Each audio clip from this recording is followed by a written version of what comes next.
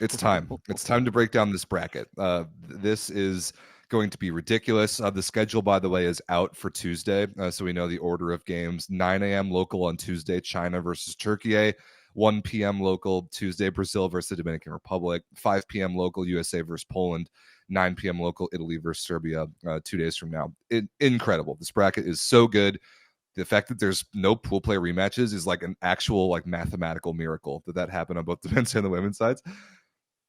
Everett, I think we should start at the top of the bracket here. And as we start at the top of the bracket, I think it's pretty important to point out that the top of the bracket is really a bit weaker than the bottom of the bracket, as you see it here on the screen. Yeah, when I'm looking at some of the best teams, like you have two of the best teams who are playing right now in the Serbia in China and Italy, and then you have two teams who have been expected to medal and maybe gold medal in Serbia and Turkey. So yeah, when you look at like, I'm sorry, Dominican Republic, thank you very much for participating. Thanks for participating. That's going to be a great match with Brazil. I think you guys match up really nicely and it's going to be entertaining. And then Poland, USA is just not playing to the same level as these other teams right now. They're not. So, the bottom half, the bottom half of the bracket is going to be an absolute ridiculous gauntlet. But let's start at the top. The top is, I think, pretty easy to preview. Brazil, Dominican Republic. I would be shocked if Brazil dropped a set unless Dominican gets super hot and starts streaking together physical points the way that they can. Brazil, to me, right now looks so locked in. They are 9-0 in sets in this tournament, and they played Japan and Poland and took care of both of them cleanly. And Poland is better than the Dominican Republic. I think Japan, Dominican Republic is a toss-up and very different teams, but I have a lot of faith in the way that Brazil is playing right now. I know it's the Olympic playoffs. Everything gets a little bit different when all the pressure in the world is on and you lose one match and you are done. Brazil is just so much of a better team than the Dominican Republic that I really, really like their chances. And another thing to point out here, like sides of the bracket, one of the teams, Brazil, Dominican Republic, Poland, or the United States, one of those teams is playing for gold. Like one of those teams is going to be in the gold medal match against an opponent on the other side who is going to have to go through objectively a harder road to get there. Rob, you're right on this. The Dominican Republic have one legitimate win against Brazil in the past decade. And that was at the 2019 BNL. Other than that, Brazil has utterly dominated. Owned. Yeah. Although Dominican might feel really good about themselves because they beat Brazil in the finals of the Pan Am Games recently, where they sent essentially their entire team. Dominican did, sorry. Last year in the fall, they sent like remember Brenda Castillo was like late to her club team because she had played Pan Am Games, like the entire Dominican team. Yeah, like, against a bunch of B teams. That was so weird. Yeah, and they're like flexing about beating a bunch of B teams. So yeah, historically, I think you're right on this. It would be tough. I do think that Dominican has the ability to steal a set. Sure, I can see it too. They can get hot. And not only do they can get hot, but I think they have a really good ability to just stick with the team, and then make a couple athletic plays after 20, right? And sometimes that's all it needs. So I am ultimately going to call Brazil 3-1 on this. But yeah, I don't see any other team like if Brazil loses this one. That would be. Yeah, there will be some thorough psychological examinations done if Brazil blows that one against they're an inferior opponent, and Brazil worked hard to get themselves the number 1 overall seed. That I've got Brazil 3-0. Yeah, I agree with you. I can absolutely see a world where Dominican steals a set because after point 20, make a couple freak athletic plays and steal one. That can happen. I've got Brazil 3-0. I love the way that they're playing right now.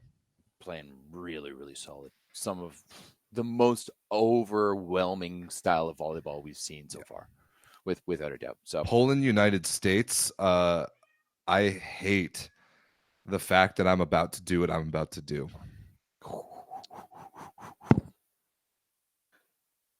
Poland 3-1. Poland 3-1. I the way that I kind of see this going in my head, and I'm gonna be watching this game on Tuesday, and I'm going to be so angry as this very thing unfolds on my television screen. First of all, we'll probably get a Peacock ad that takes away about half of the set. Then I won't be able to watch the game, which did happen today. We missed basically the entire second half of the first set of Brazil-Poland because of a Peacock ad that they just forgot to turn off. Like enjoy this view of the Seine River. Embarrassing. Anyway, the way I see this unfolding, we're going to start Catherine Plummer and Avery Skinner. It's not going to go well. We're going to go down 2-0. And then finally, with our backs against the wall, Karch Kurai is going to do what we've all been wanting him to do and play Plummer and Cook together.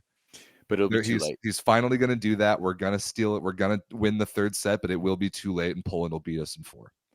See, Rob, I'm a little wary of this call by you because I think you're trying to reverse jinx your team.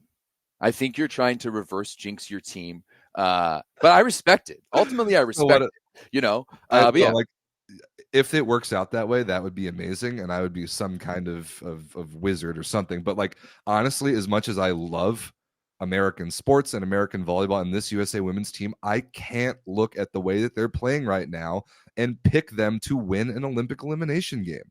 No. I can't pick that the way that they're playing right now. Like, as much as I want to. This American team doesn't fight back to 38-36 against Brazil. From down 24-19. No, they do not have that. They don't. And like, once again, they're doing that with their star player playing poorly. Right? That was the worst outing we've seen from Magdalena Stysiak so far this tournament and in a long time. USA doesn't do that. No. USA does not do that. And I'm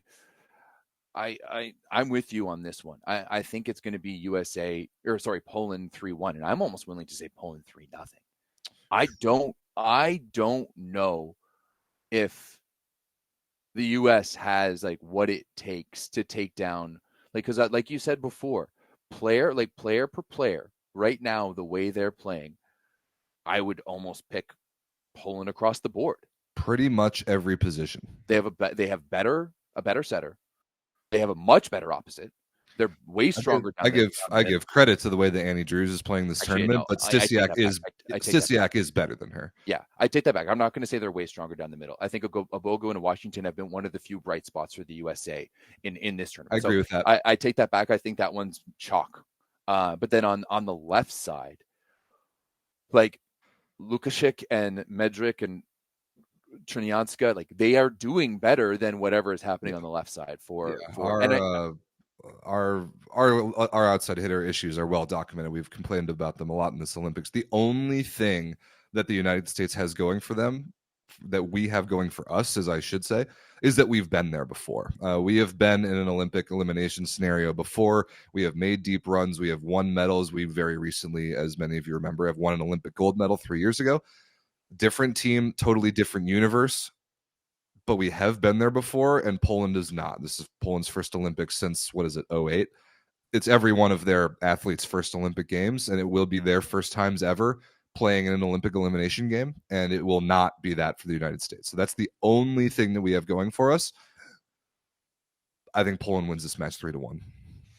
People in the chat are being like, USA is way more athletic than Poland. They will jump them out of the court. USA have toughness. Have you guys been watching this tournament? Have you been watching? Have you been watching these matches? Like, I know it's been difficult and they've been at weird hours, but no. And Peacock showed ads over half of them. Yeah, and like, what American player is more athletic? Checo Bogu and Haley Washington in the middle, yeah, but like, that's it. Are they that much better than Korneluk, who's one of the best blockers in this tournament?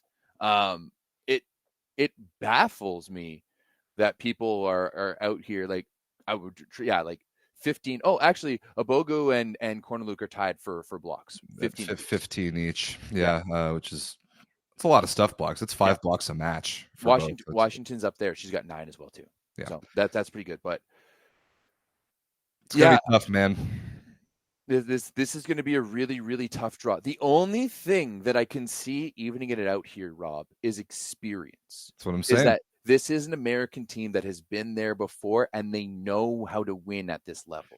That take sounds awfully familiar. It's almost like I said that exact thing 2 minutes ago. Oh, did you? I wasn't paying attention. I was reading our chat. That's been funny. But yeah, like Poland. That's okay. Then I'm just going to repeat what Rob said here. If like Poland has to weather the moment, right? And that's going to be the big thing, because let me paint this picture here, Rob. There is a much bigger quarterfinal happening tomorrow for the country of Poland. That right? is an excellent point. With a lot of things on the line. God forbid, for our sweet, sweet Poles that we love so much, God forbid a bit of curse happens. What happened? Like, then all of the spotlight comes onto this women's team. Now that is a very interesting picture that you've just painted. Can they support that pressure? Right, which is a team that hasn't really been used to that. Right, which is a team that for the past 2 years they've looked fantastic during the preliminary round of the VNL, and then have. It's hard to say that they sputtered by winning 2 bronzes, but like they haven't gotten their job done and gotten that done. Despite having some terrible circumstances to get through, especially this year. But this is the chance. This is Poland's golden chance to establish themselves and leapfrog the USA in the overall pecking order of women's international volleyball. Couldn't agree more. This is their opportunity. This is the start of a team firmly planting themselves at the elite level if they do this. And I think that Poland can, and honestly, I think they will. Yep, this is going to be a spicy one. So this one goes down at 11 a.m. On Tuesday. Brazil Dominican at 7 a.m. Eastern time on Tuesday. Right. China versus Turkey is next up, and we have this bottom portion of the bracket here that has all in this bottom portion of the bracket. We have all 3 of the great opposites in the world that we talk about as like instantly making a team a contender, excluding, unfortunately, Isabel Haak, whose country is not good enough to be here. Melissa Vargas, Tiana Bošković, and Paula Egonu are all in this side of the bracket. So is Katarina Antropova, and then there's Li Yingying, who might be playing as well, if not better than all of them. And these 4 teams, China, Turkey, Serbia, and Italy, all 4 came into this Olympics with their sights on the top of the podium, and 2 of them are going to lose in the quarterfinals. Let's start with the one that's first here, Rob. Yeah.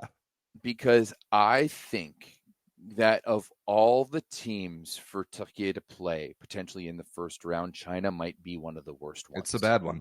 Because they are steady. They're technical. They're structured. They can kill you anywhere. They have 2 of the best blocking middles in the game.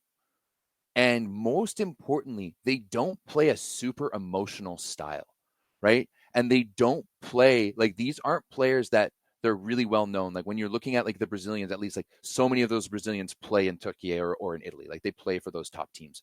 The Chinese women don't really, other than Zhu Ting, who's a questionable player at this rate with their wrist injury. Yeah, they just chill in the Chinese league, and then we don't see them until the summer rolls around. That's true. And then they dominate. Turkey is going to need to find something to like. They need something to fight against. They need they're an emotional team. That's Turkish culture. That is what it is. If any of you Turks get mad at me in the chat about it, you're proving my point. But like, this is a team that needs a little bit of fight, and they have those rivalries with Italy. They have the rivalries with Poland. Like they have the rivalries with Serbia. Like they have that back and forth. I don't know if they have that against China, and I don't know if they have that ability to spark it and get it going either. So I think when you look at this matchup, I am almost willing to say we're going to see a 3-dong here. With everything that we've seen from this Turkish team so far, and everything that we've seen from this Chinese team, I don't know if they're going to be able to, like, China plays really, really, really well down the middle of the court. And Turkey is struggling down the middle of the court. Zaraguna should not be your best middle when she's just coming back from injury the way she was. Like, they're going to need to be a lot stronger. And they're going to need to be a lot stronger on the left side too, because you have some really, really good blockers. If you match up Li Yingying against Melissa Vargas, she's going to get blocks. She's going to get blocks. They are going to potentially shut her down. And Turkey has no other options than Melissa Vargas at this point. Well, there's a lot to that. As the chat is pointing out, Vargas has played in China sparingly. Like this year, she was over there, but was hurt and didn't really play. Like there is a little bit of familiarity there through Vargas for whatever that's worth. I'm not willing to call this a potential three-dong for China, even though it is a fact that China is playing awesome right now and Turkey is not. There are two reasons why I'm not willing to call that. The first is that this is the Olympic Games and this is the Olympic elimination round and it's the playoffs and everything just changes. Everything's different. Everybody knows, and all these teams know that their entire usually 4 years, in this case, 3 years of volleyball is coming down to 1 week. And really it's one day. It's one day. It's this coming Tuesday, April 6th or August 6th. And that just changes everything. There's a human element to all of this that we talked about on last night's show. Now, I agree with you that because China's style is more impervious to those emotional swings, it's still the Olympic quarterfinals, and still there is no team that is truly immune to what can happen in those moments. The second reason that I think that this is still going to be a really intense and a match that could go either way is because of Melissa Vargas. And she can be so damn good that even if Turkey isn't good around her like they have been this tournament, she can be so good that they can at least have a chance and be in the game and be in a position to steal it. Like even if the rest of Turkey is not good, and even if they're spinning things around at a lot of different positions, I have a lot of faith in Melissa Vargas and her individual greatness that I can't see a world where Turkey doesn't at least take a set. I believe in Vargas's individual greatness, absolutely, without a doubt. But we just saw it. Like we just saw them get dominated by Italy. That's right. So again, it's the Boskovic case too. You need a lot more than great individual performances, but a great individual performance can at least keep you in a game and get you in a position where if you're the more prepared team emotionally for the moment, then you can steal it, even if you might not be the better team that day. I've got China in 5. I've got China in 5 is my pick. I think there are going to be a couple sets there when Turkey is serving the cover off the ball and they go on a couple of those really big emotional runs. And I can absolutely see that happening. There might be like a 25-17 random one in there that Turkey wins.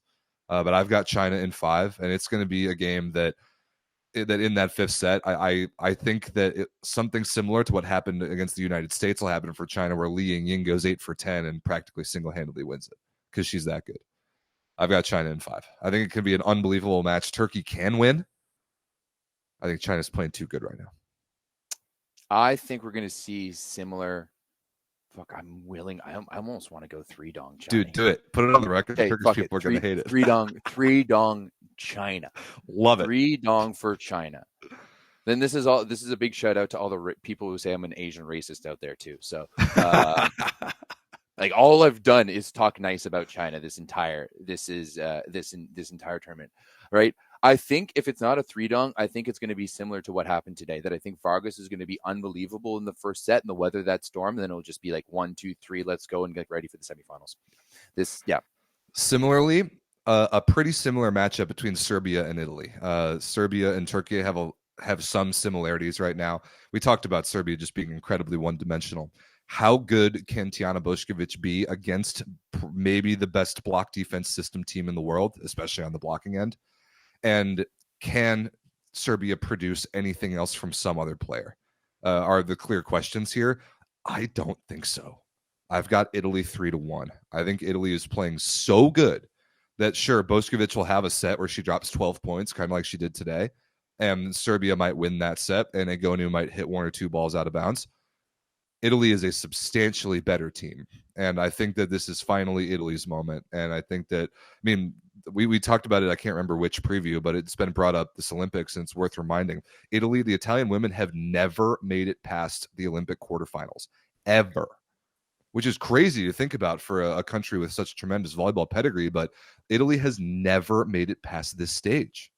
They're going to have to beat Tijana Boskovic, who's a great individual player, to do so, but they are playing as good as any team in the tournament. together and with a world-class scorer that can go toe-to-toe with Boskovic, if not outscore her straight up in Paula Egonu.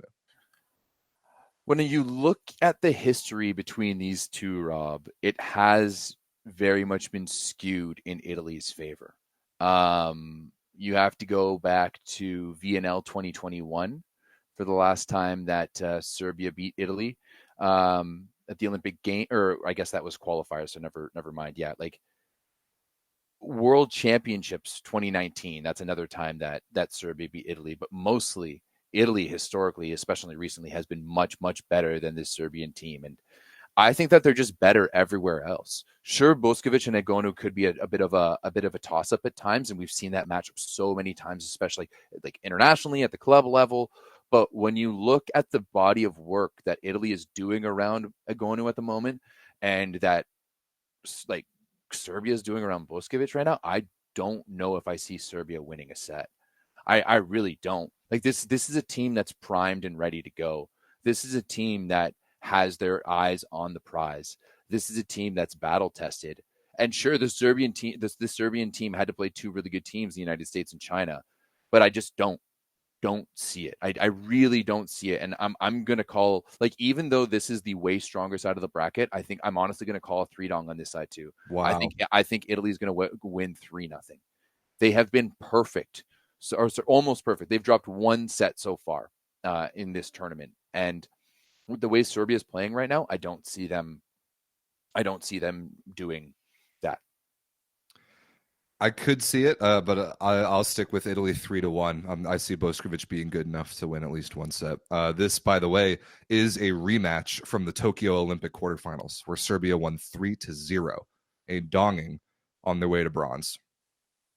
That was a heartbreak for Italy. Obviously, I think it's time for revenge in the Olympic context. I've got Italy 3-1, and then if we get like Italy China as a semifinal game, that will be unbelievable. If we get Brazil Poland again as a semifinal game, that could be fireworks as well.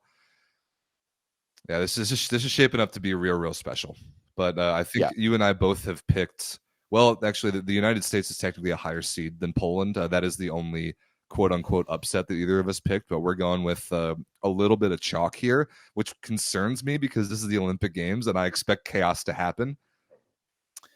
But like just how the teams, who they are and how they're playing right now, it's difficult not to be convinced by the three teams that won their pools in Brazil, China, and Italy. And like, once again, we've talked about it. Things can happen at the Olympic Games, and I expect it to, but I can't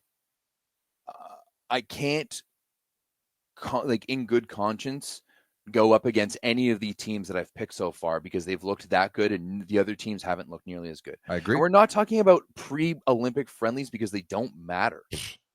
Get out of don't here. matter. Doesn't matter at all. Doesn't matter. Yeah, you're going to talk about the exhibition games played before the NFL season when we get up to the Super Bowl. Yeah, the Chiefs and the Eagles played each other in an exhibition game. Get out of here. That's garbage. Be better than that. But yeah, Rob, this is going to be an outstanding Tuesday of volleyball. But first,